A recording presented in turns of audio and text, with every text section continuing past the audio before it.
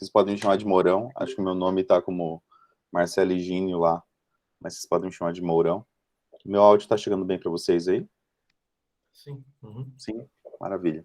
Então, esse aí é meu site, que é tanto marcelohigínio.com quanto mourão.pro. Vocês podem ficar à vontade de acessar também, eventualmente. Só deixa eu contextualizar o pessoal aqui, então, Mourão. Por favor. Então ele é Marcelo Higínio? Higínio. Higínio, tá. Aham. Ele é formado em PP na Unicentro. Ele é gerente de Data Strategy na Gray Brasil. Ele é estrategista especializado no ambiente digital. Ele tem experiência com liderança, gestão de equipe e planejamento. Ele foi Head Dev da Data Strategy da Hub Brasil e analista sênior de planejamento na Triton Interativo. Isso aí. E ele vai apresentar para a gente a palestra sobre mercado de trabalho, planejamento e estratégia voltado para publicidade. Então, agora o pessoal está contextualizado e a gente pode começar. Maravilha. E, bom, que bom. Eu nem vou perder muito tempo falando da minha carreira, porque eu acho que... Mas eu vou falar um pouquinho só para passar, porque eu acho que falar do mercado vai ser mais interessante. Mas eu acho que falar sobre o web aqui vai ser super importante, porque eu comecei a trabalhar com propaganda em 2000. Eu trabalhei numa... eu sou de Campo Mourão, né? Por isso que me chamam de Mourão. Quando a gente vai para a universidade, a gente ganha apelido, tem apelido que perdura para toda a vida. E eu comecei a trabalhar com web muito cedo. Então, em 2000, eu tinha 15 anos. E eu comecei a programar. E calhou, e o Cefet me ajudou também. Calhou de eu começar a trabalhar no provedor, desenvolvendo website. E ao invés de querer seguir trabalhando com essa parte da programação, eu quis trabalhar com algo da parte da comunicação, porque eu estava começando a me destacar nessa parte de comunicação. E eu fazia uns negócios que dava certo, mas não sabia direito, queria saber por que dava. Então, a web foi super importante para mim, e todo mundo achava que a web não iria se criar como canal. Era um negócio muito louco, assim, porque, assim, algumas pessoas falavam, é tendência para o futuro e tudo mais, mas vários falavam, isso é só uma febre, a TV vai continuar, e assim como o rádio e tudo mais. Claro que continuou, mas hoje a gente sabe o que é a internet, né? Então, voltar há 21 anos atrás e falar tudo que a gente tem, falar que cada um tem o seu smartphone também, a gente... Ninguém podia imaginar essa revolução dessa forma. Tanto é que falava-se muito em TV digital, mas era a TV com possibilidade de interação pelo seu canal receptor lá, não era só o sinal digital, por assim dizer, né? Então, quer dizer, o pessoal era muito relutante. Internet, desde cedo, eu acreditei muito na internet e segui fazendo. É muito louco que daí depois, quando a gente vê um estrategista especializado no ambiente digital, para mim, eu acredito que planejamento vai para todo qualquer lugar, mas eu ter um conhecimento da web por dentro me ajudou bastante nessa minha jornada. Mas a gente pode falar um pouquinho depois também. E daí eu fui fazer faculdade na Unicentro, né? Então, na Unicentro, para mim, eu conheci pessoas fantásticas e pessoas muito interessantes dentro que eu carrego para mim até hoje e que foram base de todo o meu conhecimento de propaganda e para mim e comunicação e antropologia e sociologia, porque às vezes a gente acha que propaganda é um negócio só propaganda e não fala mais nada, lê do engano. A Unicentro deu essa base humanística, né? E a gente foi se aprimorando dentro, pelo menos a nossa turma, né? Então, a gente, eu nunca esqueço das aulas com a professora Níncia, por exemplo, que dava aula de análise do discurso, né? E depois, posteriormente, a professora Denise. Sensacional essa matéria, até hoje eu guardo com muito carinho. Também teve o professor Elvio dando aula de sociologia, de antropologia, desculpa, né? E a gente teve tantas outras aulas fantásticas. Então, História da Arte com a professora Nara. Inclusive, eu matava a aula de História da Arte, hoje eu me arrependo demais, assim. Então, né? Porque a professora Nara, ela tinha uma coleção pessoal, um acervo pessoal de fotos do Louvre que ela ensinava. Então, meu admiração e reconhecimento para a professora Nara. E então a Unicentro foi realmente muito importante dentro da minha formação, foi a base, foi o começo, né? E as coisas foram se desenrolando a partir daí. Eu fui presidente do CACUS, né? Então acho que o CACUS ele nasce hoje então CACS, na época CACUS, era o Centro Acadêmico Luiz Fernando Veríssimo, um pessoal que criou um ano antes, já tinha criado com esse nome. Eu sei que todo mundo sabe que o Luiz Fernando Veríssimo está vivo, mas o pessoal quis criar com esse nome, a gente não mudou, seguiu no estatuto durante um bom tempo. Hoje, Centro Acadêmico Carmen da Silva é muito legal, eu fui pesquisar a história dela para entender e achei bem interessante a alteração do nome. Então, de parabéns, vida longa ao CACS e que possa ser tão atuante quanto já foi, né, em tanto tempo e tanta gente bacana que passou. Então, agradeço, inclusive, ao convite, me coloco à disposição sempre que for e convido vocês também para conhecer mais o CACS, quem não conhece, porque realmente o centro acadêmico é algo principalmente dentro da universidade pública, é algo fundamental, algo que vale a pena ser acompanhado e ser participante. Só para fazer um teste, vocês estão recebendo bem minha voz aí? Tá tudo certo? Sim. Beleza, maravilha. Então, e eu não sei se vocês conhecem, mas se vocês não conhecem, eu faço convite para que vocês busquem alguma coisa aí para conhecer. Porque eu acho que não foi o caso de ter reaberto. Mas, em algum momento nessa vida, lá atrás, para ser bem sincero, no começo do curso de comunicação no Unicentro, abriu-se a empresa júnior de comunicação do curso da Unicentro, que foi a PSIL Empresa Júnior. E é muito interessante o fenômeno da empresa júnior, porque a empresa júnior não é uma atlética, a empresa júnior não é um centro acadêmico, a empresa júnior é uma empresa júnior, que vai buscar dar algum mínimo de experiência para quem está participando dela. Então, e a PSIL foi muito bem sucedida, pelo menos assim, nos 3 primeiros anos de PSIL foi muito bem resolvida, e a PSIL conseguiu fazer muita coisa, inclusive, acho que o Lucas não está aqui, mas queria até lembrar do Lucas, porque para mim, desde o começo, o Lucas é um cara muito empenhado, Lucas Timóteo, quem tiver a oportunidade de conversar com ele, manda ver, o cara é muito bom, assim, e ele era um dos nomes da PSIL na época. E daí a PSIL, ela fez um evento no auditório lá, foi quase uma semana de comunicação da PSIL. E ela trouxe nomes muito interessantes. E um desses nomes que ela trouxe foi o Hélio Sansenpais, da Plano Trio, que era de Porto Alegre. E eu lembro muito do nome dele porque ele foi o cara que fez a fala que fez eu pensar em ser planejamento. Porque até então, né, a gente entra e fala, você é diretor de arte, né? Eu não tinha muita vontade de ser redator, não, mas, você é diretor de arte. E daí, quando o Hélio fez aquela fala, falei, caramba, nem sabia que existia esse negócio de planejamento, né? Então, para mim, foi um divisor de águas, assim, eu achei super relevante o que ele apresentou. Eu falei, cara, é isso, vamos trabalhar com planejamento que vai ser legal. Só que, assim, cara, trabalhar com planejamento naquela época era muito, muito precário ainda, porque, assim, estava bem no começo, né? Até esses dias atrás, numa reunião do grupo de planejamento, inclusive, para quem quer ser planejamento aí, eu não sei, para os acadêmicos, para o pessoal que é aluno, e vocês ainda não viram nada de planejamento, minha recomendação, pesquise sobre o grupo de planejamento. O site é grupodeplanejamento.com.br. Grupo de planejamento como se fosse uma espécie de associação de planejadores, inicialmente focado em São Paulo, mas tem gente do Brasil inteiro. E eles têm muitas atividades, muitos cursos, muitos eventos para o grupo para os planejadores, os planners. Então fica aí já a minha dica, né? E daí o que aconteceu?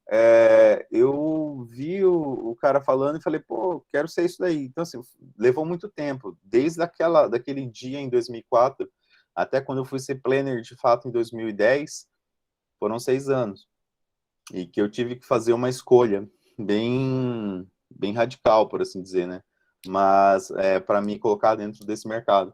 Mas valeu super a pena. Então, a gente já está falando aí de hoje 11 anos dentro do mercado de planejamento. E para mim foi uma das melhores coisas. Então, agradeço a Psyu, agradeço ao Lucas por ter feito aquele evento, aquele dia, que para mim foi marcante, assim, dentro da fala de planejamento. E desde então, desde 2010, né, assim, antes eu já flertava muito com o planejamento, mas desde 2010 eu trabalho exclusivamente com planejamento.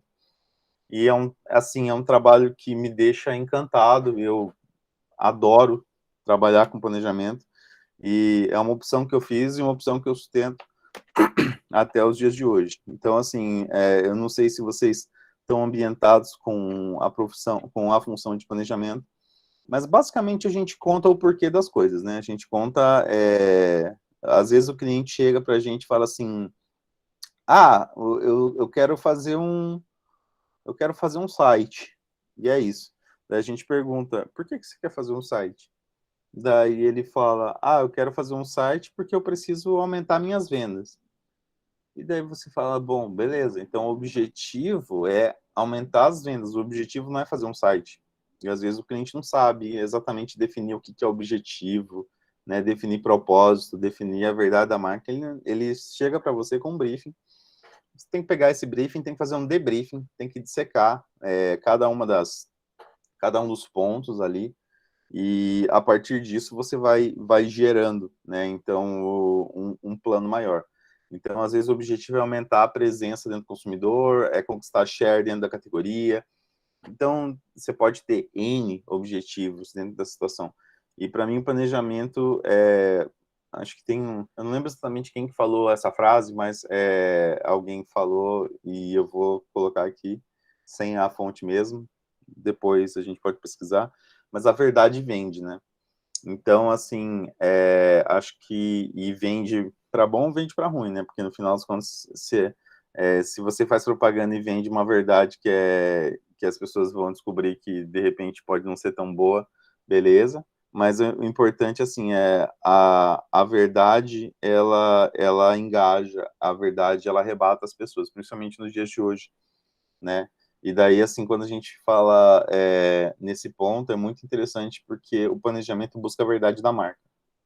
É muito louco isso.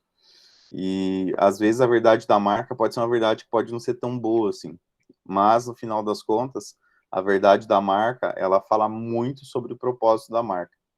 E tem marcas, por exemplo, que se assumem enquanto verdade e que precisam ser muito corajosas para fazer isso, né?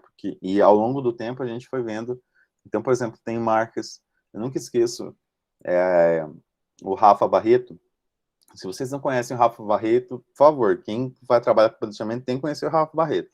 Rafa Barreto era VP até esses tempos atrás da FCB Brasil. Acho que o B já é de Brasil, mas era da FCB, não é, enfim, ele era vice-presidente da FCB, e ele ganhou, a equipe dele ganhou um leão em Cannes Titanium, e é o leão mais foda, né, o Titanium, porque ele é o mais alto de todos lá.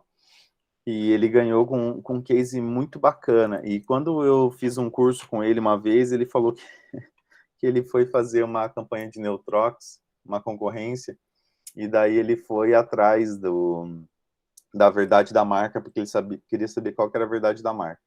E daí ele foi de casa em casa, e daí ele ia na casa das pessoas lá, e isso é uma pesquisa de imersão. Então, para quem não sabe, isso acontece mesmo, né, dos planners irem até a casa das pessoas e eventualmente passarem um tempo na casa dessas pessoas. Tem pesquisa de imersão aí na casa das pessoas que dura tipo 7 dias. E daí as pessoas recebem dinheiro e recebem o pesquisador, e daí existe uma observação dentro do ambiente. Pelo menos acontecia antes, agora eu não sei o quanto que isso já acontece. com mais frequência, mas daí o Rafa contando que ele entrava no banheiro das pessoas e ficava observando, e ele percebeu que Neutrox sempre existia no banheiro das pessoas, não importava qual banheiro fosse, mas ele nunca ficava estampado na cara porque as pessoas queriam deixar à mostra o banheiro, o shampoo que era mais caro, o shampoo que era mais bonito, e não o Neutrox. E daí ele fez um planejamento inteiro sobre, tipo, que era o shampoo que funciona, né? Tipo, é feio, tá escondido, mas era o shampoo que funciona que todo mundo tinha. E não que a marca tenha gostado muito, porque eu acho que essa concorrência ele perdeu. Mas acho que o importante de tudo isso, no final das contas, é, assim, o Rafa é um profissional de gabarito e assim, buscar a verdade da marca para um planejamento, ele é fundamental, porque a criação vai trabalhar com essa verdade. Então, a criação precisa ter insumo, precisa ter lastro para poder apoiar o que ela vai fazer de brilhante, de sensacional que a criação faz. E o planejamento dá essa base, essas condições, porque vem da origem, né? A hora de planejamento era uma hora muito valorizada, começou e a demanda aumentava e a gente saiu com um pouquinho de criação, um pouquinho de pesquisa, um pouquinho de entendimento do atendimento, e surgiu o departamento de planejamento. Então, dentro da história disso, os últimos 30, vamos dizer 30 anos aí, constrói-se a função do planejamento. Porque para mim, por exemplo, se vocês assistiram Mad Men, o Don Draper, para mim, é puro planejamento. O pessoal pode falar que é diretor de criação. Para mim, o Don Draper é super planejamento ali. E daí aconteceu de eu trabalhar e conseguir chegar conseguir ser head da área de planejamento. E isso para mim foi um desafio bem interessante, porque eu tinha sido head de outras equipes que não eram de planejamento. E quando eu fui ser head de planejamento, eu comecei a ter que demandar das pessoas fazerem o planejamento.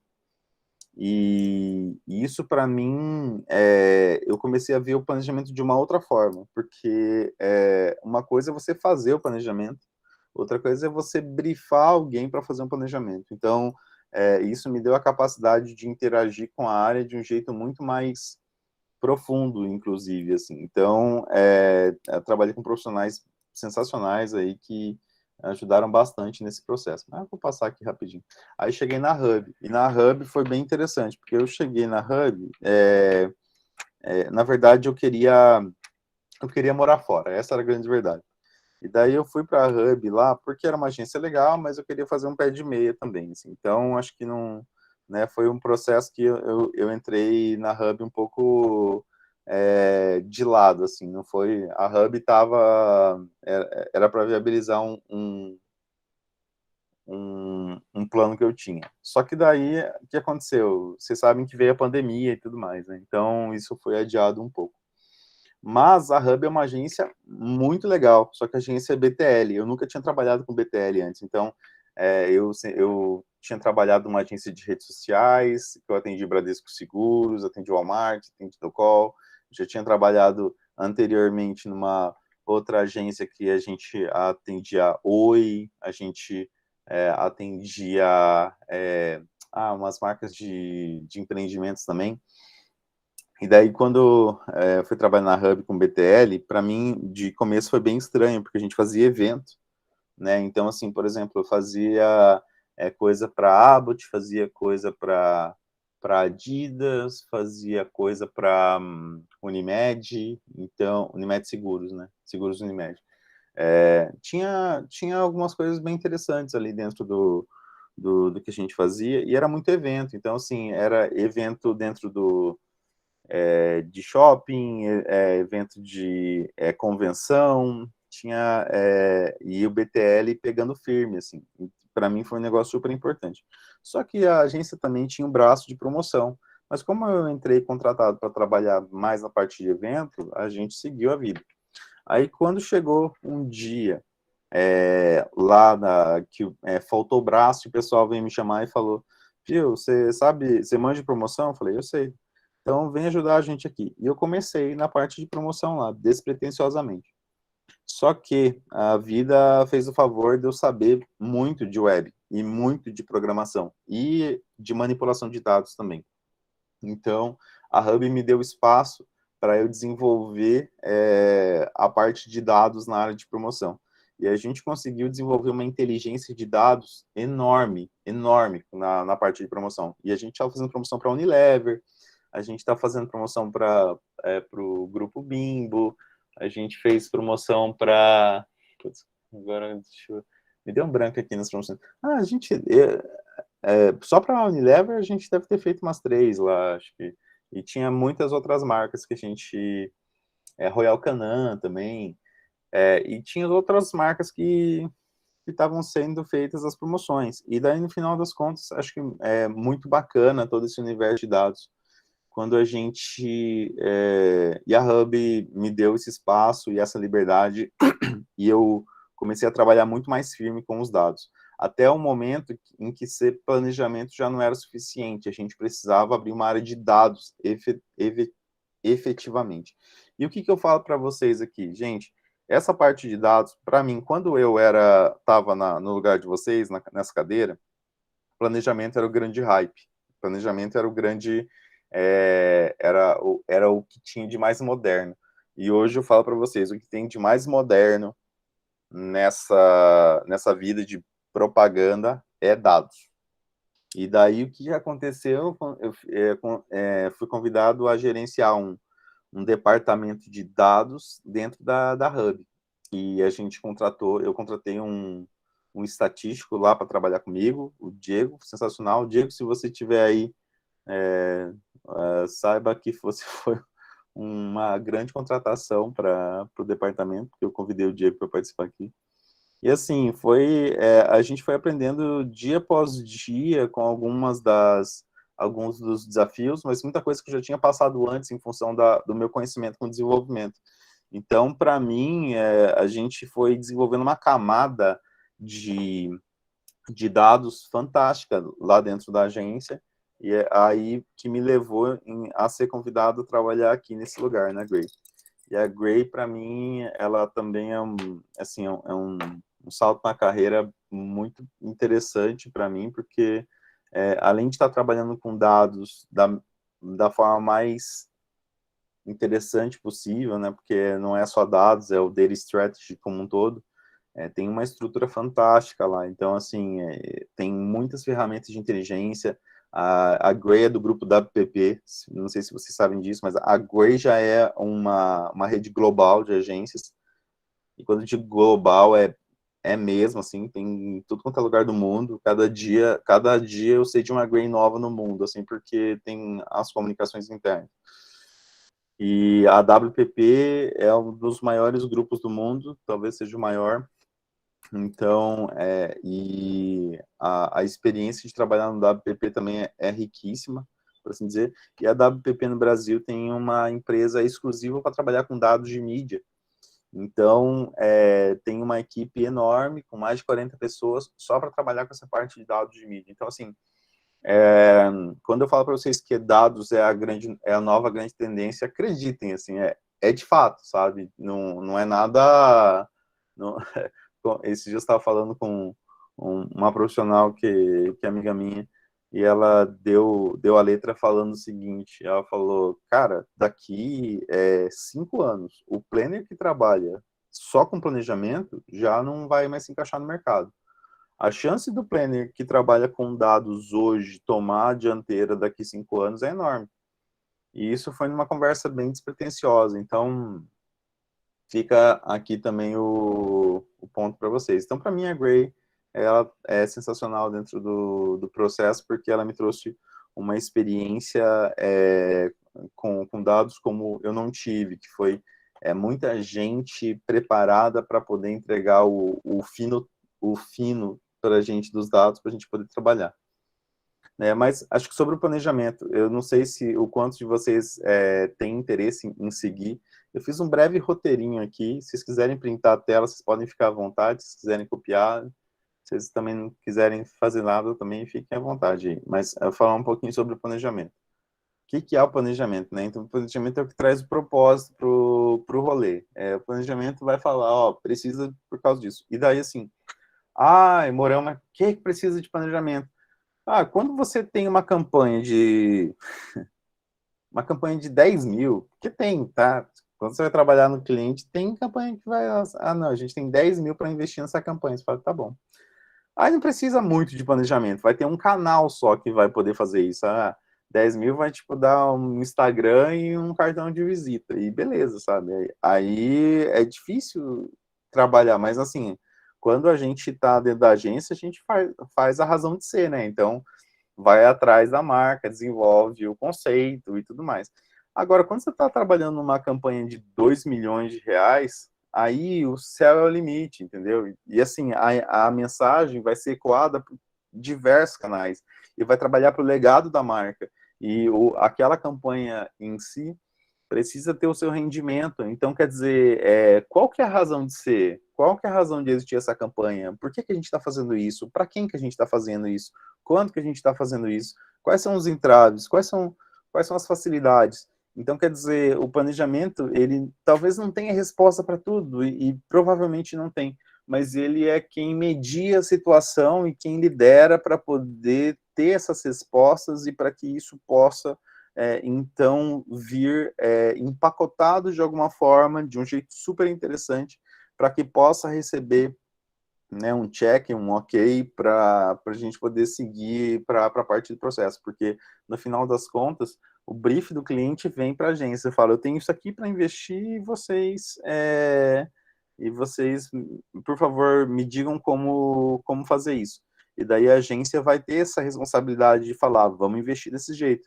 E daí o cliente vai falar, concordo ou não concordo. E assim, é um processo que se segue.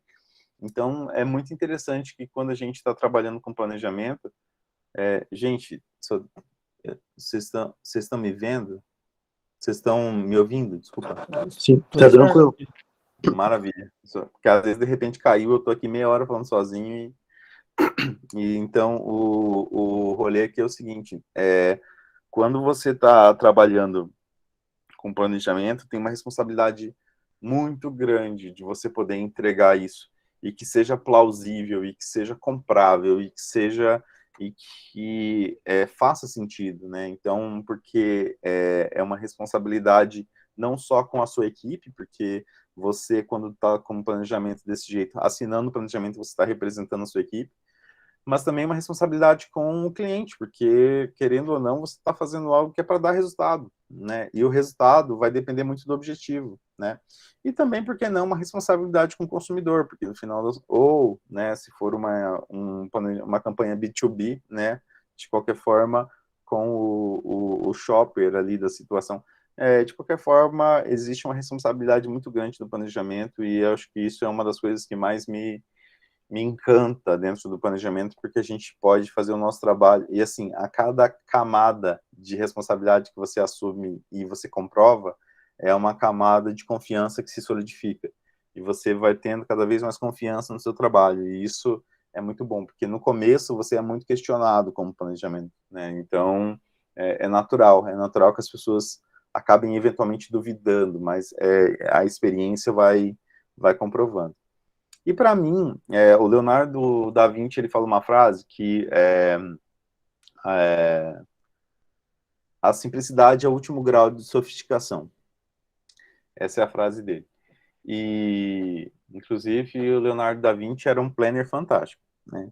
Então, para mim, a parte da simplicidade, ela é fundamental. Porque tem muita gente que acha que o trabalho de planejamento é deixar as coisas complexas. Tem muita gente que olha um negócio e fala assim, isso aqui precisa de planejamento. Aqui que planejamento vai fazer? Vai vir deixar um negócio complicado. E para mim não é. Para mim, o planejamento é um negócio que deixa tão simples. E quando eu digo simples, não é simplista, tá? Simples não é chegar lá e, tipo, transformar 10 canais em um canal. Não é isso. Mas que a mensagem do planejamento chega de simples para o consumidor, para ele poder, de fato, absorver, gerar o maior residual possível e o maior impacto possível e gerar a maior ação possível, que é quase como que se a marca tivesse sido sempre assim. né, como se nunca pudesse ter sido de outro jeito.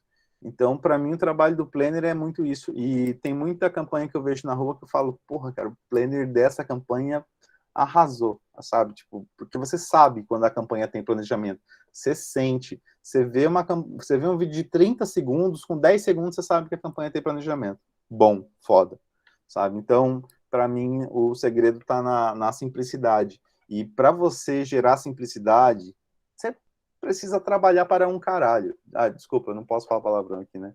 Mas, enfim, na agência a gente fala bastante. Tem que trabalhar bastante para gerar simplicidade. Então, acho que é muito isso. Então, você vai gerar simplicidade para todo mundo que está à sua volta. E isso é fundamental, né?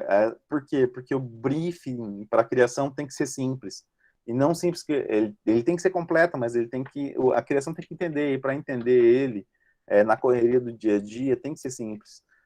O briefing para a área de mídia, se eventualmente você tiver oportunidade, ou para outras áreas, também tem que ser simples. E então, como que a gente pode fazer isso? Vou passar um breve roteirinho para vocês, tá?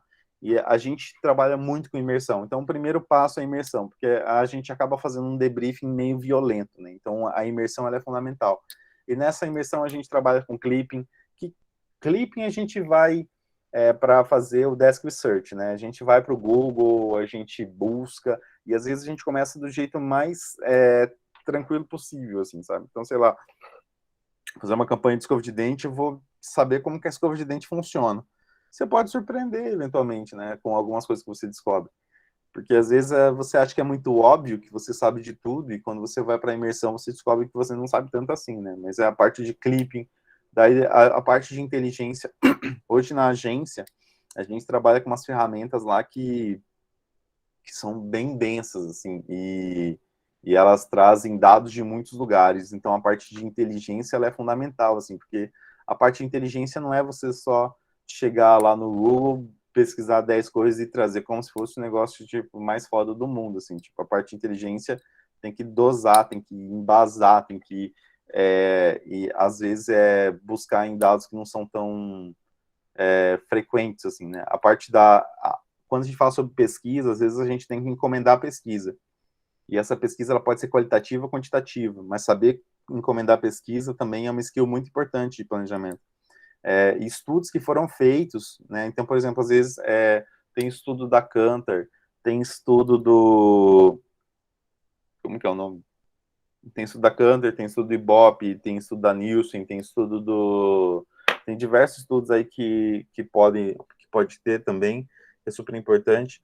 A parte de público também, aqui já falando o que a gente pode pesquisar, né? A gente tem que pesquisar bastante sobre o público, tem que entender as nuances da segmentação que a gente vai buscar fazer. Então, aqui entender o que importa dentro de uma jornada, pesquisar os concorrentes, pesquisar qual que é o share da categoria, pesquisar qual concorrente que tem um histórico de comunicação mais interessante, pesquisar como que os desafios do brief que a gente tem foram vistos, foram resolvidos em outras áreas, pesquisar como é que está a presença da marca, né, quais são os braços que constroem a presença da marca no ambiente offline ou online hoje,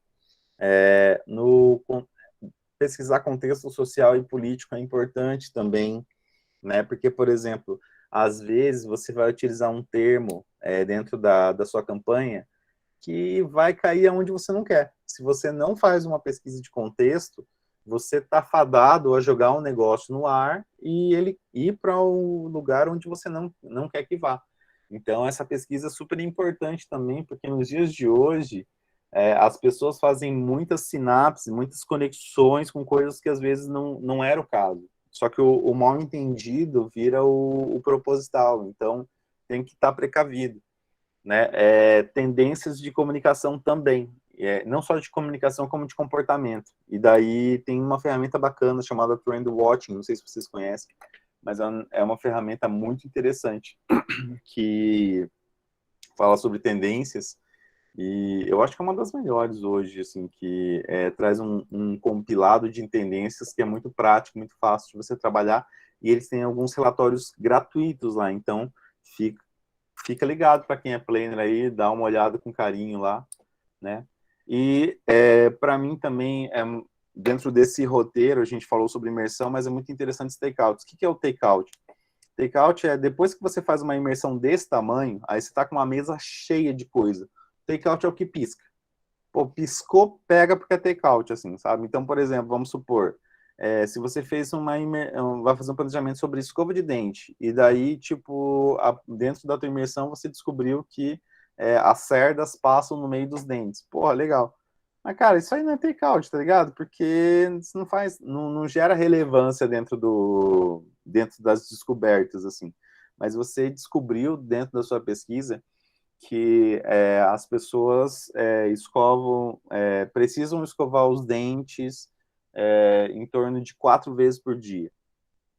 E que as pessoas escovam 2 vezes por dia. E elas não escovam pela falta de conveniência, segurança e confiança, por exemplo. Né? E daí você fala, ok, isso é um take-out, isso eu posso trabalhar, eu posso posicionar o meu produto aqui, eu posso trabalhar isso como atributo dentro de uma campanha.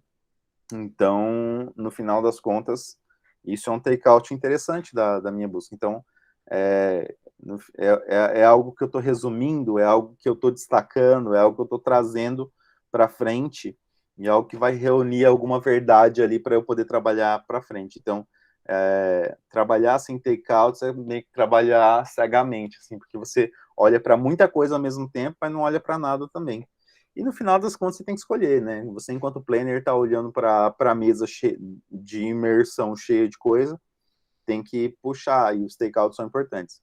E daí vem o insight. O insight é o eureka. O insight é quando você olha para aquilo e fala, isso é bom, hein? Tem coisa aí. Quando você sentiu isso, tá brotando um insight. E o insight, ele é muito interessante. E assim, muita gente vai falar, pô, insight é de criação. Insight é de criação também. Mas o insight também é do planejamento. Então, o planejamento, ele gera condições propícias para gerar um insight. Então, não dá para menosprezar. Então, a gente falou sobre imersão, que a gente fala dos takeouts, e olhando para os takeouts, a gente consegue já puxar alguns insights. E os insights são super interessantes, porque os insights vão fomentar o próximo passo da gente. Mas, assim, eu poderia falar um dia inteiro sobre insight. Acho que, porque para mim, o insight, ele é a faísca que começa o fogo, assim, sabe? Então, insight, para mim, ele é fundamental. E daí a gente vai para a estratégia. Acho que a estratégia aqui dentro desse é super importante, e tem muita gente que não sabe lidar com estratégia. Porque a estratégia, ela não é o complicado. A estratégia, ela é o simples. Eu tenho que saber contar a estratégia de um jeito muito tranquilo, assim. Então, por exemplo, por que a gente está fazendo essa campanha inteira? Por que a gente está movimentando essa massa de pessoas? Por que eles comprariam o nosso produto, sabe? Então, a estratégia tem, às vezes, em um parágrafo, eu contar uma estratégia inteira, e porque no final das contas, a estratégia, ela é o que tem de mais puro dentro do planejamento. O objetivo, como eu vou como e quando eu vou alcançar esse objetivo, né? E para mim, quando chega o slide de estratégia, para mim ele é quase poético, assim, ele é lindo, assim. Só não é mais do que a entrega do conceito criativo, porque para mim a entrega do conceito criativo é artístico, assim, ela ela transcende. Para mim, eu adoro fazer defesa de conceito criativo. Mas a estratégia, ela tem esse valor muito bacana, que é tanto para a equipe quanto para o cliente. Então, isso eu acho muito legal. E daí, é que assim, aí a gente tem o estratégico, a gente pode eventualmente ter desdobramentos estratégicos, que pode começar a ficar um pouco mais complicado. Aí, quando a gente entra no tático, aí meu amigo, a tática é mais pegada. O tático vai ter realmente. Só para testar o canal aqui de novo, vocês estão me ouvindo? Sim.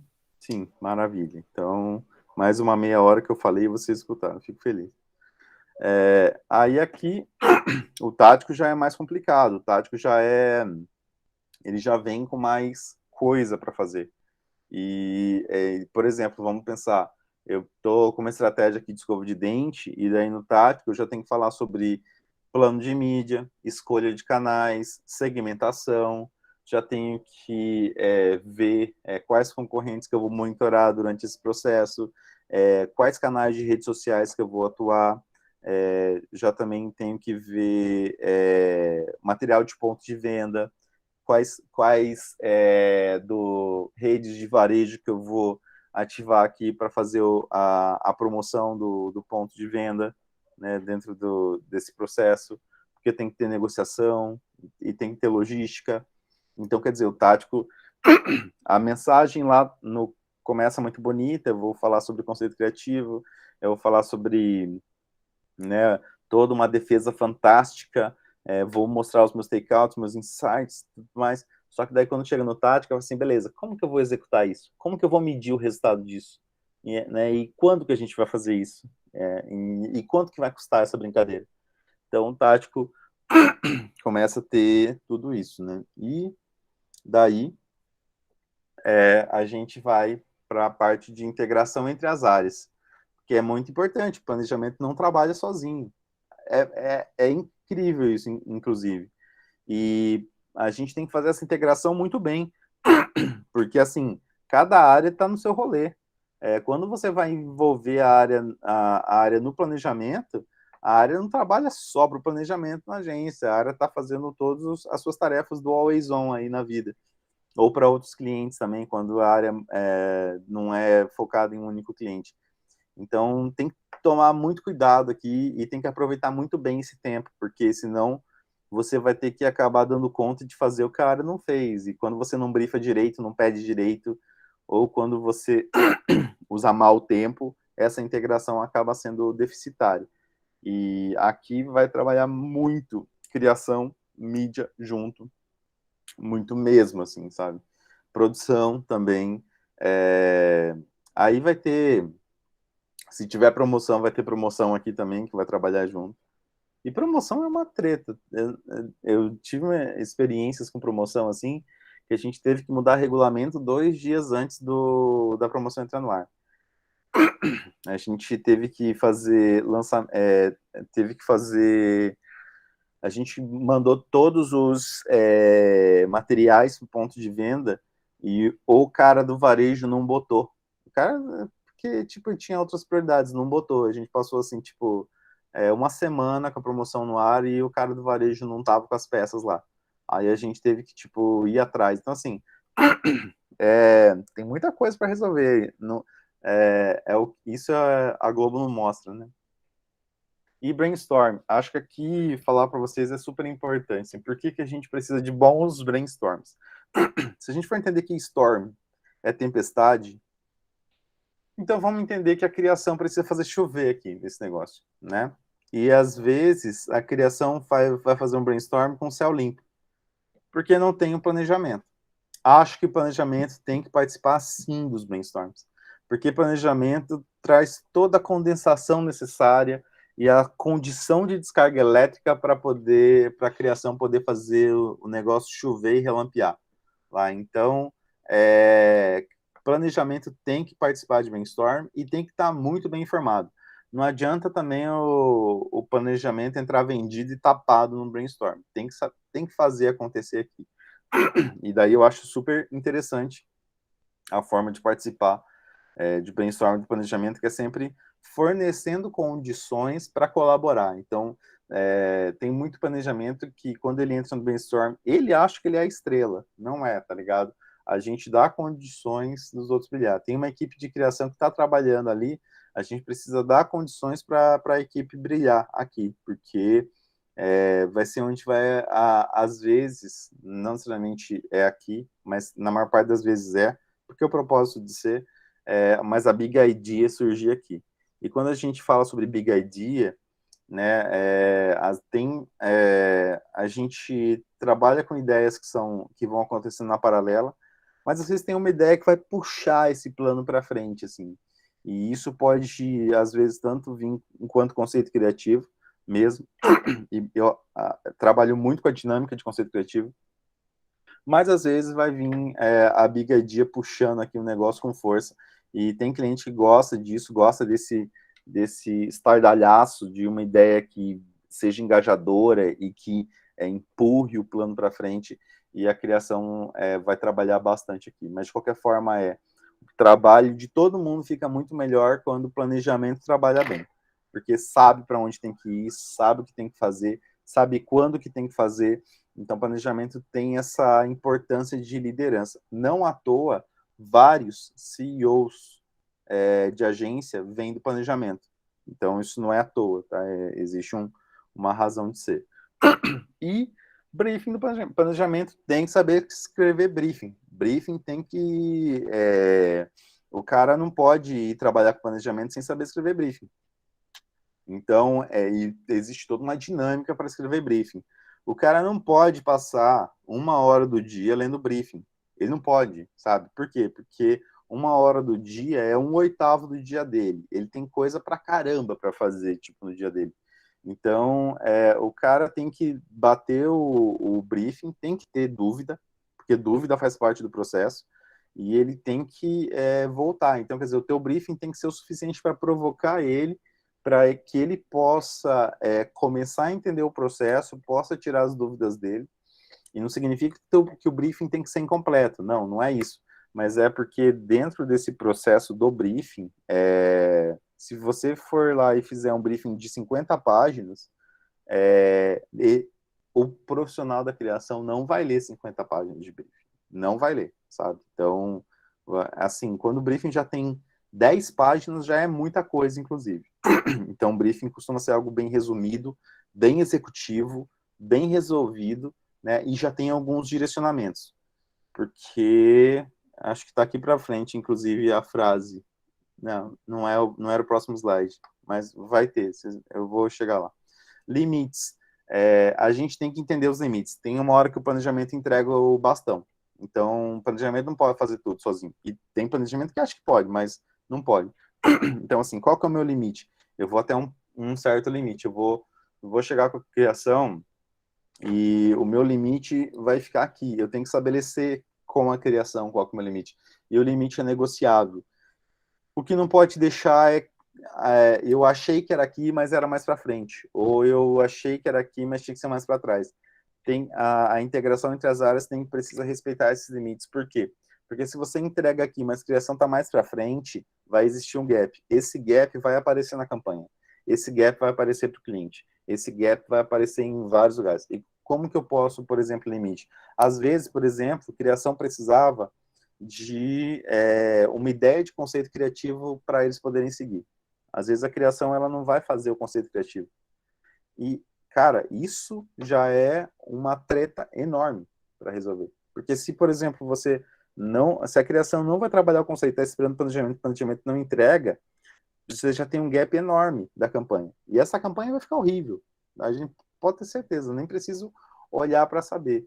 Então, e daí, quando a campanha ameaça ficar horrível, aí sempre aparecem umas figuras carimbadas, né? Que assim, o CEO da agência entra no meio do processo, o diretor de criação acaba chamando reunião em cima da hora, o atendimento da conta, essas figurinhas vão aparecendo, porque assim, quem está preocupado em fazer um negócio com responsabilidade ali para não dar treta, porque a treta vai cair em cima deles. Aí, tipo, mas os limites, eles são fundamentais aqui e tem que ser muito bem negociados para você poder ter um trabalho de qualidade. E para não ter treta também, porque ninguém quer treta, né? E aqui é sobre a confiança da equipe. Você tem que ter a confiança da equipe para trabalhar. Não só a equipe de planejamento, a equipe da agência toda. Porque como que alguém vai seguir um plano que não confia? Então, o trilho de planejamento também é estabelecer confiança. E estabelecer confiança é explicar as decisões tomadas. Isso é muito importante, né? Não significa que você precisa chover no molhado, mas as pessoas precisam saber o porquê que elas estão fazendo isso e saber o propósito de tudo. E é muito importante. E a confiança do cliente também, né? Porque se eu tenho 2 milhões para investir no negócio, eu vou investir esses 2 milhões de uma forma interessante, né? E o cliente precisa estar confortável com isso, né? Então, construir confiança é super importante. E sempre vai vir baseado em quê? Por isso, assim, embasamento sempre. Tem que embasar o planejamento. E tem que embasar de um jeito interessante. Tem que embasar com fontes credíveis. E tem que mostrar a fonte. Não adianta também só falar assim, da onde que você tirou isso? Da minha cabeça, quando estava tomando banho. Porque é a melhor fonte que eu consegui encontrar. Não, cara, desculpa. Foda-se o que tá na tua cabeça, assim, sabe? Tipo, vamos achar uma fonte credível. Então, né, os dados que a gente apresenta, os fatos que a gente apresenta, precisa ter base, precisa ter embasamento, precisa ter fonte credível, né? E acho que a frase mais fantástica que eu já ouvi trabalhando todos esses anos é planejar e escolher. Porque no final das contas, a gente acha que, tipo, vai chegar um momento em que tudo vai ser descoberto, assim, sabe? A gente vai fazer um clipe, vai descobrir. Só que mesmo no clipping a gente vai ter que escolher quais concorrentes que a gente vai ter que pesquisar, a gente vai ter que escolher quais takeouts que a gente vai eleger, a gente vai ter que escolher um insight, a gente vai ter que escolher uma big idea. Então, planejar é escolher o tempo todo. E a gente se aprimora na arte de escolher. Então, é muito interessante isso, porque quando você começa um planejamento, você tem literalmente milhares de possibilidades para um planejamento. Você tem as mais óbvias, né, que vão ser em menor número, mas você tem as mais inusitadas, que aí sim vão explorar esse universo inteiro. Mas, fundamentalmente, planejar é escolher. E não dá para você se ausentar dessa responsabilidade. Não tem como, sabe? Então, se você não gosta de escolher, não trabalhe com planejamento. Basicamente é esse o ponto. E as escolhas que você fizer vão ser testadas. As escolhas que você fizer vão ser questionadas. E você tem que estar preparado para defender essas escolhas. E tem essas três palavrinhas, elas trabalham muito juntas, né? Estratégia, planejamento e inteligência. Eu vou passar em revista aqui para falar, para diferenciar um pouco, né? Então, a estratégia é a forma de chegar ao objetivo, né? Então, o quando e o como que a gente vai chegar lá. Então, a estratégia, como eu já disse anteriormente, ela tem esse papel, essa pureza, essa força condutora para poder mover a gente em relação ao objetivo. O planejamento é entender o propósito da estratégia e quando executá-lo. Então, assim, eu vou entender, e às vezes, por entender, significa eu vou dar as condições de existir a estratégia e eu vou jogar ainda para frente, né? Quando executá-la. Então, a estratégia está dentro do planejamento, né? A estratégia ela pode ser maior que o planejamento? Pode, porque a estratégia ela é quase uma figura deificada aqui dentro da situação, mas o planejamento ele é quem vai executar mesmo, né? É a ligação com a realidade, né? O planejamento ele vai viabilizar, né? A estratégia. E a inteligência é um embasamento para a tomada de decisão. É super importante a gente entender que a inteligência ela dá condições para a coisa poder ser credível aqui, né? E ela revela situações que às vezes a gente nem imaginava. Então a inteligência trabalha muito junto com o planejamento. Mas, assim, planejamento. Dá para dizer que planejamento está dentro da área de inteligência?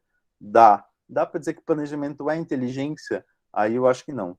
Porque eu acho que a inteligência tem muito mais coisa que faz parte da inteligência, e eu acho que tem uma intersecção ali, né? Acho que não é exatamente a mesma coisa. E vamos falar sobre os dados. Tudo bem até aqui, gente? Algum ponto que vocês queiram falar? Não? Conforme for vindo as perguntas, aí a gente vai fazendo. Maravilha.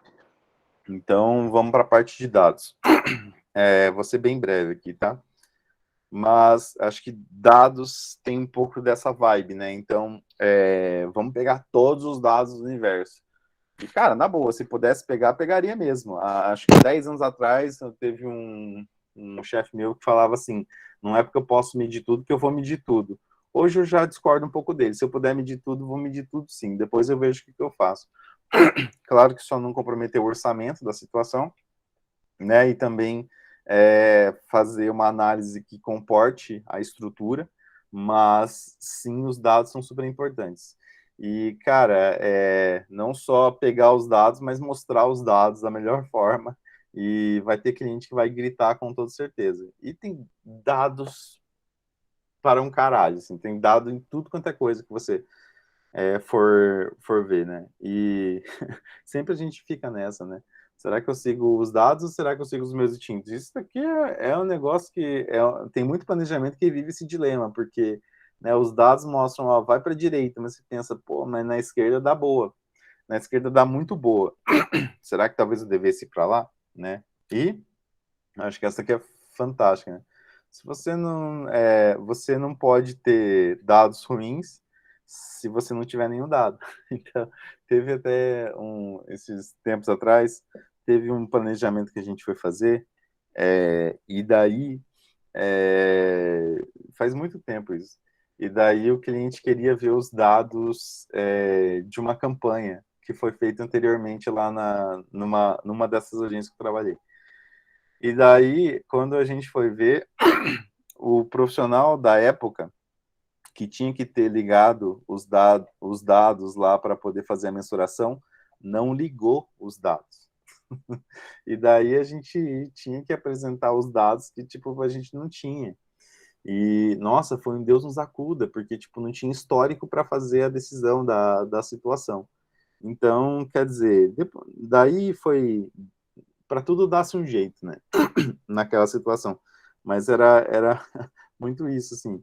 Foi vendido mais ou menos a ideia de que tipo tinha que apostar em alguma coisa nova e que para isso a gente não tinha que olhar naquele momento, mas a verdade é, com o data strategy a gente olha para quais são os dados que a gente tem que mensurar e como que a gente tem que mensurar. Então, não tem esse rolê de eu não vou ter nenhum dado. Não, a gente vai ter e vai ter o melhor dado possível. Esse meme, então, para a gente é para dar risada, mas ele não é praticado. Então, a gente tem os dados brutos, né? Os dados brutos, eles vêm de N formas e a gente precisa faxinar esses dados. Aí os dados, eles são organizados e tem uma série de possibilidades de organização desses dados. Aí a gente vai buscar formas de visualizar esses dados, que são super importantes, e a gente tem uma inteligência analítica. Então, para onde? Mas eu prefiro essa daqui, né? Então, a gente pode deixar o negócio sempre muito mais legal do que ele é, né? E a gente vai conseguir também empolgar com os dados, porque tem muita gente que não liga para dados e pessoas que são importantes dentro do processo. Então, só aqui que a gente está, né? Nós que estamos aqui. Se a gente tivesse que falar de dado, quais seriam os dados? Seriam nome, e-mail, telefone, endereço? Poderia ser, são dados, né, que a gente poderia pegar. E o opt-in também, porque senão a gente não consegue fazer comunicação nenhuma. Mas eu acho que tem alguns dados mais interessantes, como, por exemplo, a hora de entrada e hora de saída de cada pessoa aqui, quantas entradas e quantas saídas cada pessoa fez ao longo do período que a gente está aqui, qual que é a relação com a universidade de cada pessoa, qual que é a idade de cada pessoa, o tempo de interação com outras abas do browser, que não a aba que a gente está fazendo esse momento, as interações no chat que cada pessoa teve, a média de minutos por slide apresentado, interações no chat por cada slide, fazendo o cruzamento da entrada no chat com o momento que o slide estava sendo passado, top slides com maior interação no chat, top assuntos com mais perguntas que foram feitas, taxa de engajamento pós-slides dentro de outros canais que possam ser dentro do perfil do CAX, por exemplo, e etc. Então, quer dizer, todos esses dados aqui é uma fração de dados que a gente poderia ter desse momento que a gente está vendo aqui. E o que esses dados revelam? Comportamento. Então, quando a gente olha para dado, a gente não quer só o nome do cara. Porque, não, vamos ser bem sinceros, foda-se o nome do cara, sabe? Tipo, porque eu tenho o nome do cara. Porra, parabéns, hein? Sensacional. Tá jóia, é isso. Vai resolver tua vida com o nome do cara. Não, mano, eu preciso saber que comportamento que eu quero saber, né? E o comportamento, ele vai me falar muito sobre jornada. E eu vou entender algumas decisões, eu vou entender algumas motivações, eu vou entender algumas frustrações, e eu vou poder agir em relação a isso. Então, entender comportamento por meio dos dados, para mim, é algo mais importante. E por isso que eu falo sobre verdade, né? Eu vou trazer a verdade das pessoas sem necessariamente as pessoas me contarem sobre aquilo. Então, por exemplo, quando eu quero saber o tempo que as pessoas passaram em outras abas do browser, que não aqui, assim, se eu tiver acesso a esse dado, eu vou saber, porque, apresentação chata do caralho, sabe? Tipo, o pessoal não quer ver isso, sabe? Mas você vai perguntar para a pessoa vai, não, foi legal, parabéns. Mas eu vou ver lá na estatística, na aba do browser mesmo, aí eu falar, cara, tipo, a pessoa passou o tempo inteiro em outras abas. Eu tenho que melhorar para fazer uma apresentação melhor. Porque se a pessoa vai passar o tempo inteiro vendo outra coisa enquanto eu estou apresentando, então a culpa é minha. Né? Então, existe o comportamento que a gente vai identificando nos dados, vai mostrando onde que a gente tem que melhorar, quando que a gente tem que melhorar dentro da possibilidade que a gente pode fazer. E a gente vai vendo algumas tendências, né? Então, por exemplo, sei lá, cara, se a pessoa começa a mexer demais enquanto você está apresentando, talvez você devesse fazer um podcast, ao invés de fazer uma apresentação com slides e vídeo, porque a pessoa quer te ouvir, só que a pessoa quer fazer outras coisas juntos. Então, legal, então vamos mudar o formato, porque o formato é uma coisa determinante dentro da entrega de conteúdo. Então, pronto, assim, uma análise, às vezes, que você viu pelos dados, aponta a tendência que você pode trabalhar de outra forma. E isso pode se tornar, às vezes, um insight dentro de um brainstorm. E isso é muito importante. E as tendências são importantes. E previsibilidade. Uma das coisas mais importantes do mundo é previsibilidade. Se você souber os 6 números da Mega Sena de amanhã, você vai ganhar um prêmio. Eu não tenho dúvidas disso, né? Então, a previsibilidade, você não consegue... quer dizer, não vou dizer que você não consegue. Não vou também botar o crédito total aqui dentro do sistema, mas é provável que você não vai conseguir descobrir os números das 6 dezenas da Mega Sena amanhã. Mas com dados você consegue fazer muita previsibilidade. Então você consegue ver, por exemplo, quando que compras estão caindo, quando que compras estão aumentando, quando que interesse cai ou interesse aumenta, e você consegue fazer uma previsibilidade muito mais interessante para poder entregar valor dentro daquilo que você está planejando, daquilo que você está propondo, daquilo que você está desenhando. Então, a previsibilidade dos dados é algo incrível para a gente trabalhar. E ferramentas, né? Então, assim, tem muitas ferramentas para a gente poder trabalhar. Vou deixar algumas aqui, né? Então, por exemplo, a gente tem o buscador do Google, a gente tem o Bing, tem muita gente que fala, Bing não serve para nada. Às vezes o Bing traz dados que o Google não traz no mesmo ranking e você consegue ter uma visão diferente. Tem que saber disso também. E o DuckDuckGo é um outro buscador que ele não trabalha com motor de busca nem de Google nem de Bing. Então, quando você busca por ele, é um outro tipo de ranking diferente. Então, às vezes você vai buscar uma situação, uma palavra-chave no DuckDuckGo e você vai encontrar outros resultados completamente diferentes. Então, no trabalho de clipping pode ser interessante. Tem o Google Workplace, que ele tem o Drive, Docs, Sheets, Slide, Drawing, e você trabalha com colaboração. Eu gosto muito do Workplace e acho que é muito produtivo. Mas hoje, dentro da estrutura da agência, a gente trabalha com toda a parte Microsoft. Então, tem o SharePoint, Excel, PowerPoint, que também são compatíveis aqui dentro disso daqui. De qualquer forma, trabalho colaborativo é fundamental. Aí tem o Google Data Studio para fazer dashboards, tem o BigQuery, tem Analytics, tem o Search Console. E, assim, gente, o Data Studio é o futuro, tá? Recomendo que você, se tem alguém que tenha a mínima intenção de trabalhar com dados aqui, recomendo que dê uma olhadinha no Data Studio. Saber de Data Studio, às vezes, é determinante para conseguir entrar numa vaguinha aí boa. Então, e é bem simples, assim, é um negócio bem bacana. Tem muitas apresentações que são feitas pelo Data Studio. Bom, tem mais 15 minutos, vou dar uma aceleradinha aqui. Google Trends também, Google Trends é fundamental. Eu, para mim, uso Google Trends quase todo dia. E o Think with Google é para mim também é algo fundamental também, porque tem muitas tendências bacanas lá. Assim como Trendwatching. Trendwatching, eu sempre dou uma olhada para ver se tem relatório novo.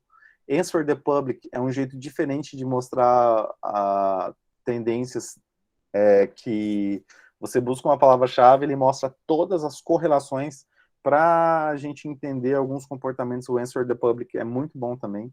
O Web Archive, quando eu, por exemplo, quero ver páginas que já saíram do ar, ou versões de páginas em determinados dias, eu vou e consulto o Web Archive, que eu posso ver páginas no passado que foram deletadas. Ele é uma iniciativa que ele coleta páginas do mundo inteiro nos últimos 20 anos, 30 anos, sei lá. É muito ano lá. E tem o Unsplash, o Pexels, o OneDraw e o Icon Finder, que são... você pode pegar imagens com... free, né, no caso. São imagens com direitos autorais liberados para uso, né? Aqui, ilustrações também, o OneDraw é muito legal. O Icon Finder para pegar ícones, porque às vezes para você ilustrar um planejamento, ilustrar um relatório, é muito bacana você ter esse tipo de recurso. E o Color Lovers, você, por exemplo, eu não sei mexer com cor, eu sou muito ruim nisso. Vai lá, pega uma paleta legal no Color Lovers e reproduz lá no Keynote, no PowerPoint. Inclusive, gente, aprendam a mexer no Keynote. O universo da propaganda é Mac, tá?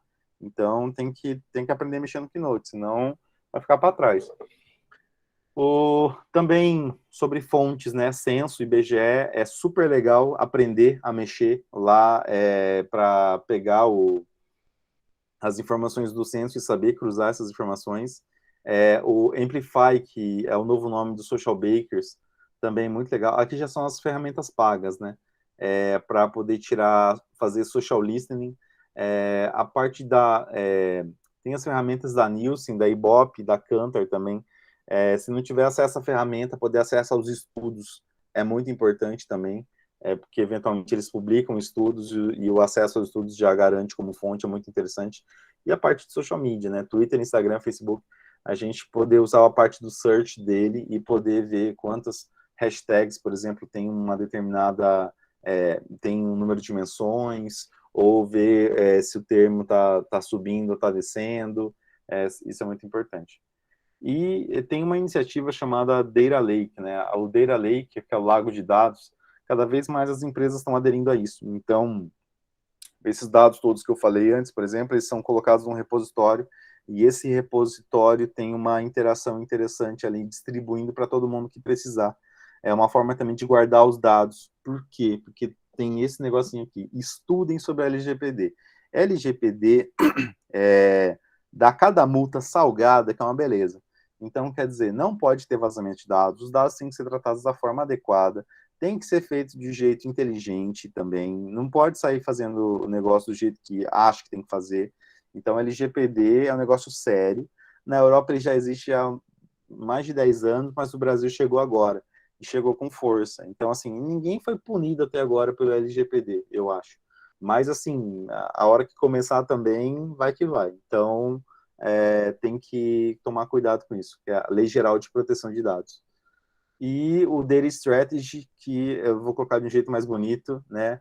Essa é a tendência do momento, sabe? Por favor, vem com carinho isso. O Data Strategy chegou para ficar. E aqui ele tem, para a gente ver as correlações com conhecimentos do passado, né? De 20 anos atrás. Por exemplo, o SWOT. SWOT tadinho, né? Essa metodologia que faz tempo que ninguém fala dela, mas que é o Strength, Weakness, Opportunity e Threat. Aqui, quando a gente vê aqui se a gente tem dados externos, por exemplo, a gente pode ver as oportunidades e ameaças, e se a gente tem dados internos, a gente pode ver as forças e fraquezas que a gente está trabalhando, né? Ou PDCA, né? Que é o Plan, Do, Check and Learn e Action, né? Então, por exemplo, o Plan a gente faz um misto de dados com estratégia, o Do a gente executa muito na estratégia, o Check and Learn a gente aprende muito com os dados e checa, né?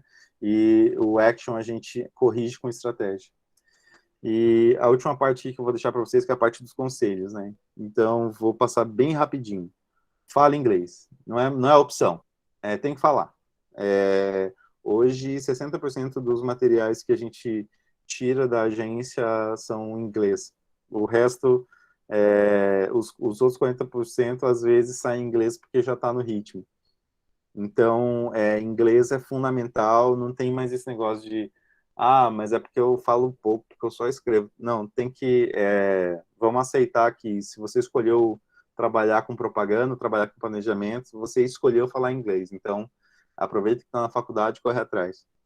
Né? Aprenda a fazer apresentações bonitas, porque as apresentações bonitas não significa que o planejamento faz a apresentação bonita. Não é o caso. Mas, às vezes, é uma forma de chamar a atenção dentro de algum ponto ali, e às vezes é o esquema para você poder entrar em alguma agência fazendo eventualmente um freela, né? Então as apresentações vão ajudar bastante nesse quesito. E daí por que não, né? Faça freelas de apresentações, por exemplo. Hoje a forma mais interessante de você entrar num emprego, né, até de planejamento, é fazendo freela. Então, porque daí você faz o freela, aí o pessoal vai lá, gosta e fala, você não quer fechar com a gente em um período de experiência, e aí, de repente, você tá trabalhando lá por 2 anos, né? De repente, virou CEO. Mas os freelas, eles ajudam bastante, né, nessa relação das pessoas conhecerem o seu trabalho. Então, fica a dica, né? Faça estágio em grandes agências, nas férias. Vocês estão em Guarapuava. Não tem grande agência em Guarapuava. Quer dizer, tem a Rei, tem a Inove, que eu respeito muito, mas assim, estou falando dos grandes grupos. Se você tiver oportunidade, e quando estou falando grupos globais, se você tiver oportunidade de fazer um estágio nesses grupos, vai ser muito interessante para você conhecer a metodologia, para você conhecer a forma, para você conhecer os problemas que eles enfrentam, a forma que eles escrevem o briefing, e daí depois vocês podem trabalhar onde vocês quiserem, mas assim, se vocês puderem aproveitar esse período e fazer o estágio, porque daí vocês vão ter isso no currículo de vocês. Então vocês vão sair, no caso da Unicentro, e vão trabalhar, sabe Deus onde que vocês vão trabalhar, mas vocês vão ter isso no currículo de vocês. Então tenham isso em mente, porque se vocês não forem conseguir isso agora, vocês vão ter que conseguir isso depois. Então, aproveite que vocês estão na faculdade, que tem energia, que isso é importante, né?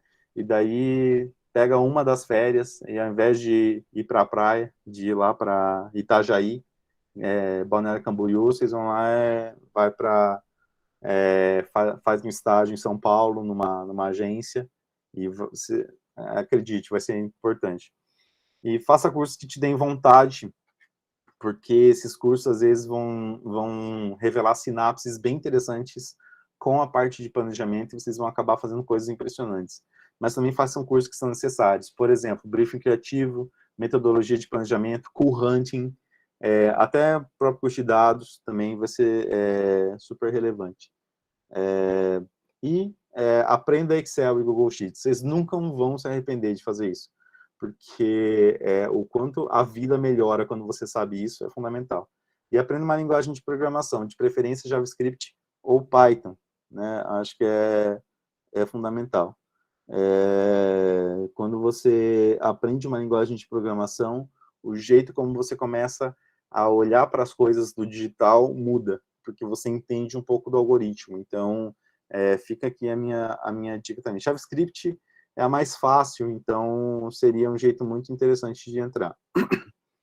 E assistam documentários e filmes blockbusters, porque a gente precisa muito de roteiro para aprender a fazer storytelling.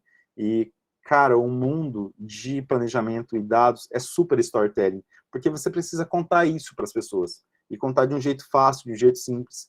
Então, você absorver técnicas de roteiro, observando histórias sendo contadas, são fundamentais. E legal que documentários contam fatos, e às vezes você fazer um relatório, de alguma forma, é um recorte da realidade, é um documentário que você faz. Então, é uma dica que eu deixo. E aprenda a observar a jornada das pessoas. Entender o porquê que as pessoas tomam decisão, quais que são os gatilhos para a tomada de decisão das pessoas, por que as pessoas mudam de opinião. É super importante. Então, você observar isso no dia a dia vai ajudar isso a trabalhar essa skill dentro de você. E aprenda a respeitar as outras áreas também. Não, se você conseguir chegar trabalhando com planejamento, tem que saber que as outras áreas são super importantes. Então, porque esse rolê, às vezes, o pessoal meio que esquece, troca os pés pelas mãos, e a confiança é minada aqui, e as outras áreas começam a não confiar tanto, isso é super importante. E aprenda a respeitar os seus limites também, que é super, super importante. E planejar e escolher. E é isso, gente. Esse é o que eu tinha para apresentar para vocês. O que está em verde é meu WhatsApp e o que está em azul é meu LinkedIn. Beleza? Beleza, Mourão. A gente teve uma pergunta aqui da Ellen. Vou ler ela aqui. Você acredita que as publicidades estão sendo menos efetivas devido a prazos e orçamentos super curtos e em troca de resultados pequenos a curto prazo? Cara, deixa eu parar de apresentar aqui.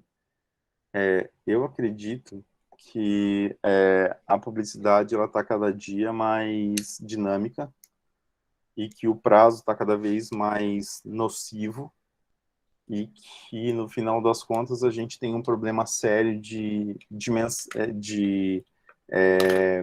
dimensionamento, porque a cada dia mais clientes e cada dia mais menos tempo para fazer. Mas, por outro lado, eu acredito que dentro de todo esse problema que a gente vive, né, existe, acho que o mais nocivo mesmo é a falta de entendimento que as pessoas estão tendo. Tipo, é muito pouco tempo para tomar decisão e, às vezes, as decisões vêm muito na canetada. Então, acho que até essa é uma das grandes importâncias de ter profissional de planejamento qualificados para a gente poder ter melhores campanhas, assim, sabe? Porque, às vezes, a gente não está entendendo o prazo, às vezes o prazo ele vem top-down para o negócio, e quando a gente vai ver, muitas decisões foram tomadas porque, às vezes, o planejamento não conseguiu se impor, não conseguiu trabalhar bem, não conseguiu se integrar com outras áreas, e eu vejo isso acontecendo então, assim, às vezes o budget é pouco, vai ter que fazer pouco, né? Às vezes o prazo é pouco, vai ter que fazer pouco. Mas não dá para subestimar as boas decisões, assim. Às vezes, não fazer é uma opção também, sabe? Então, porque ao invés de fazer uma ação com pouco prazo e com pouco budget, às vezes vale a pena esperar um pouco e fazer uma ação maior. E isso é uma coisa que um planner diria. Isso é uma coisa que um estrategista diria. E isso, às vezes, não é o esquema. Às vezes, não tem um planner disponível para fazer isso. Ou, às vezes, o planner, ele para antes, né? Ele fala, não, isso aí é decisão de outro, eu não vou me meter. E daí, esse eu não vou me meter, ele parou antes do limite dele, que ele precisava estar. E tem algumas contas que você precisa sujar a mão mesmo, tá ligado? Tipo assim, vou negociar com o cliente aqui porque não vale a pena. Então, a dinâmica de mercado sempre vai existir. E eu acho que esse é um dos grandes valores do planejamento, de você poder interagir com a realidade e saber quando, eventualmente, fazer a situação. E se você tem dúvida, aí vem os dados. Se você vai para o cliente e fala, ó, quando a gente fez uma ação com mais prazo, com mais budget, para poder, a gente teve um maior resultado. Os nossos concorrentes fazem esse tipo de ação nesse período não à toa. Os dados vão te ajudando a tomar as melhores decisões. Então, porque também, assim, até um certo ponto, o mercado, ele rege, né, a situação, mas tem um ponto onde a gente tem uma área de manobra dentro do cliente que a gente atua, dentro da agência que a gente atua, e a gente pode tomar decisões diferentes. O ponto é, o quanto que você está disponível para bancar uma decisão que você faz. Tem um post que eu vou deixar para vocês aqui, que eu escrevi esse post já faz uns 4 anos já, no meu blog. E não sei se todo mundo assistiu Perdido em Marte, mas quando eu li o livro Perdido em Marte, para mim, eu fiquei, tipo, encantado por aquele livro, porque para mim é um dos livros mais legais que eu já li. E daí tem um post do Perdido em Marte que eu fiz uma correlação entre a função de planejamento e o... Aqui, ó, vou deixar o link para você. Então, quer dizer, o Mark Watney, que é o protagonista, ele tem que tomar a decisão, e as decisões que ele toma servem para a vida dele. Você apostaria a sua vida nas decisões que você toma? É uma pergunta foda, na minha opinião, assim, sabe? Eu não sei se, enquanto planner, eu apostaria minha vida nas decisões que eu tomo.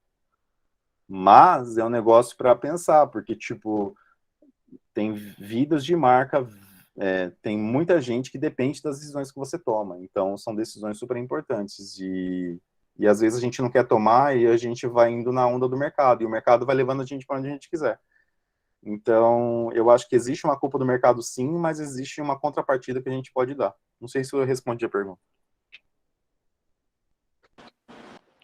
Eu acho que é interessante pensar também que, conforme o tamanho, né, da empresa, que a gente está acostumado com o padrão Guarapuava de publicidade e estratégia, né? Eu vejo que aqui a gente é muito imediatista. Que nem eu trabalho aqui numa agência também, e aí chegam aqui, a gente quer fazer, que nem chegou um cliente nosso que queremos fazer uma campanha de Natal. Porra, velho, campanha de Natal faltando 3 semanas pro Natal. Aí, velho, o que faz, né? Aí a gente pega e tráfico pago. Fazer o quê, né? E quando você fizer um estágio de férias, você vai descobrir que a campanha de Natal ela é feita tipo em setembro, em agosto, assim, sabe? Porque, na verdade, que você descobrir que o plano de mídia na Globo foi comprado em fevereiro. Porque se você não compra a mídia em fevereiro, você não tem a Globo em dezembro. Então, tipo, a gente descobre isso quando a gente vai fazer estágio de férias numa empresa, por exemplo, sabe? Você acha que quer falar ali? Vamos lá. Mourão, na verdade, fazer uma pergunta mais sobre uma perspectiva de futuro, sobre a noção do metaverso, como que as organizações aí em São Paulo estão se preparando para essa realidade. Ontem, por exemplo, estava vendo uma notícia de um NFT, de um iate, parecia mais, sei lá, um Minecraft ou qualquer coisa assim, que foi vendido por 3 mil, né? E aí, se vocês já estão pensando nessa realidade, uma vez que os dados são a fonte base para trabalhar nesse universo, se já está pulando uma coisinha ou outra, vocês já estão vislumbrando algo nesse sentido, ou ainda é uma realidade que está por se instaurar e as agências não estão necessariamente pensando nisso nesse momento? Não, cara, vamos pegar um exemplo mais simples, o Waze. Você está dirigindo o carro, tipo, olhando para uma tela lá para te ajudar. A gente investe para um caralho no Waze, por exemplo. Tipo, porque no final das contas, você tá lá andando, olhando para uma tela, e você vê que tinha uma promoção de McDonald's ali do teu lado, e na hora do almoço você pode ir lá e almoçar. Então, assim, eu acho que o metaverso, ele tem dois lados, né? Ele tem o lado de você estar paradinho, tipo, no teu lugar, absorvendo uma experiência que você não teria, ok? E você poder trafegar no mundo real com uma camada, um layer de dados para você interagir com o ambiente. E quem disser que não está investindo nisso é mentira, tá ligado? Tipo, pelo menos alguma energia, alguma atenção o pessoal está destinando, e muito em cima da carga de planejamento, tá ligado? Então, assim, a equipe de planejamento vai ter que olhar para isso e falar, cara, serve ou não serve pra gente? Se serve, serve quando, tá ligado? Porque a parte de pesquisa, e a gente sabe que enquanto isso tem que fazer campanha para Natal, enquanto isso tem que fazer campanha para Páscoa. Porque quando chegar Dia das Mães, é a segunda data mais importante do varejo. Mas além disso, você tem que aprender sobre o metaverso. Por quê? Porque daqui uns dias a gente vai ter que comprar mídia para metaverso. Tem isso também. E porque, vou dar um outro exemplo para vocês. A gente compra bastante mídia para videogame. Então, aí fala, mas quem que joga videogame? Um monte de gente joga videogame. Um monte de gente com dinheiro joga videogame. Um monte de gente com dinheiro passa 2 horas por dia jogando videogame. Então, você estar presente lá é importante. E vou dizer, cara, videogame não é uma espécie de metaverso que já existe, tá ligado? Porque você está vivendo de alguma forma aquela realidade lá, é uma ficção, é uma ficção. E quem garante que o metaverso pode não ser uma ficção também, tá ligado? Um recorte da realidade que a gente vai viver. Então, para dizer assim, esse movimento do digital já existe, o storytelling já existe, o metaverso é uma continuação bem adequada e bem conveniente disso poder seguir na mão do Mark Zuckerberg, porque no final das contas ele está encabeçando isso, né? Mas com dispositivos, vocês vão ver pingar novos dispositivos, mas no final das contas o storytelling, né, no final das contas a criação dessa realidade alternativa, que as redes sociais já são uma realidade alternativa, vocês podem ter certeza disso, né? Os influencers da barriga sarada não comem só aquilo que eles mostram, né? Então tem tudo isso, mas toda essa estrutura de criação de circunstâncias e condições para o metaverso poder existir, existe, e a gente está olhando sim. É claro que a gente não vai tomar nenhuma decisão ainda, né? Fala assim, não, já vamos destinar aqui, ó, se a gente tem 2 milhões de verba, 1 milhão é para metaverso. Não é isso que vai ser. A gente sabe que não. Mas tem que saber, porque a hora que isso... Ó, vou dar um exemplo bem claro. TikTok. Quem não estava pesquisando sobre TikTok teve que aprender tipo, de última hora, porque foi uma rede que tomou de assalto. Aí de uma hora para outra teve que aprender a trabalhar tanto com os influencers do TikTok, como TikTok enquanto canal para poder fazer a divulgação. E você tem isso, né? Você tem a camada ativa de comunicação, onde você vai pescar a pessoa, a camada receptiva, que é onde você vai receber a pessoa de alguma forma, e a camada interativa, que é onde você vai interagir com a pessoa. E essa interação tem que ter muito cuidado, porque nessa transição entre emissão e recepção, você pode se perder muito e a sua marca pode perder junto. Então, o metaverso também vai passar por isso, no caso, né? Quando que eu vou emitir, quando que eu vou receber e quando que eu vou interagir. Tem esse ponto também. Isso. Bom, ninguém mais perguntou nada. Só a Heloísa que comentou, parabéns pela palestra. Muito legal você explanar, ainda mais para quem quer seguir planejamento. Eu acho que foi bem construtivo para quem quer seguir planejamento. Eu, por exemplo, não sabia nada da área e achei bem interessante. Nossa. Mas eu recomendo que... É esse o ponto também, tá ligado? Porque às vezes quando você trabalha numa agência menor, às vezes o planejamento é o próprio dono da agência, ou é o atendimento, e a gente não sabe que existe essa complexidade, né, da área, assim, mas é uma área completa e complexa, de alguma forma, e acho que vale muito a pena conhecer, assim, nem que seja para interagir posteriormente, porque não é todo mundo que trabalha com planejamento, e às vezes você vai trabalhar com mídia, né, e vai ter o planejamento como apoio, mas vale o rolê, sempre. Eu não quero tomar mais tempo de vocês, porque eu sei que vocês têm outros compromissos aí na agenda, né, mas não tendo mais perguntas, então queria agradecer. Ô, Denner, é você mesmo, Denner? É o Denner lá do... a gente estava em 2019, né? Então, a gente fez aquele evento aí, foi muito legal também o pessoal do CACS naquela situação. De qualquer forma, eu queria parabenizar vocês pelo evento, parabenizar vocês pela iniciativa, que o CACS possa continuar durante muito tempo, porque a gente sabe os desafios, né, de um centro acadêmico,